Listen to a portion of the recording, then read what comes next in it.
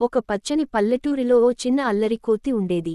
ఆ కోతి ఉదయం లేచిన దగ్గర నుంచి రాత్రి పడుకునే వరకు ఎక్కడో ఒకచోట ఏదో ఒక అల్లరి చేస్తూ అందరినీ నవ్వించేది.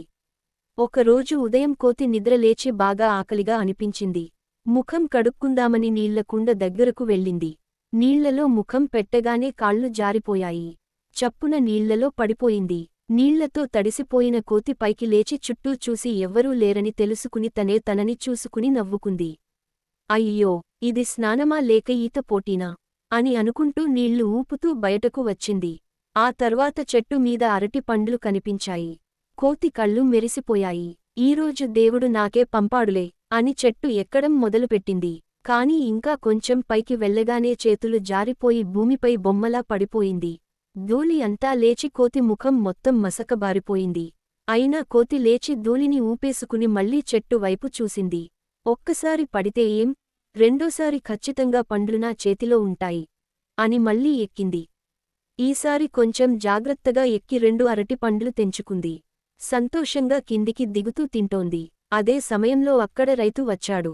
కోతిని చూసి కోపంగా కర్ర పట్టుకున్నాడు.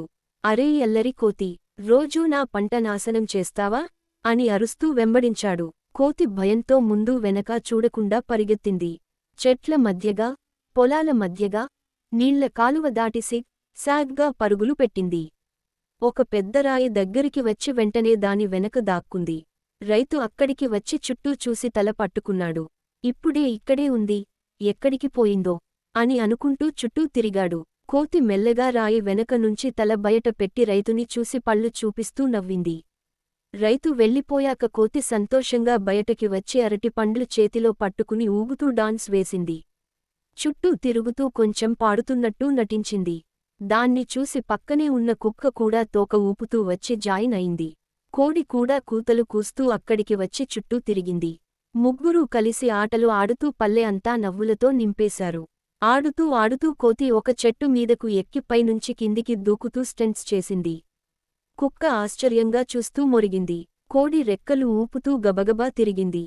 కోతి వాళ్ళిద్దరినీ చూసి మరింత అల్లరి చేసింది. అదే సమయంలో మళ్లీ రైతు దూరంగా కనిపించాడు.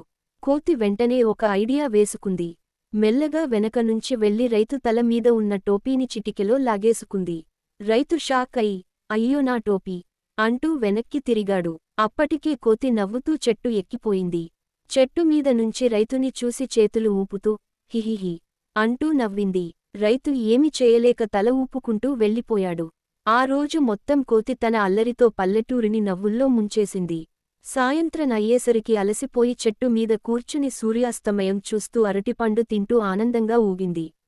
ఈరోజు ఎంత సరదాగా గడిచింది అని అనుకుంటూ నిద్రలోకి జారుకుంది.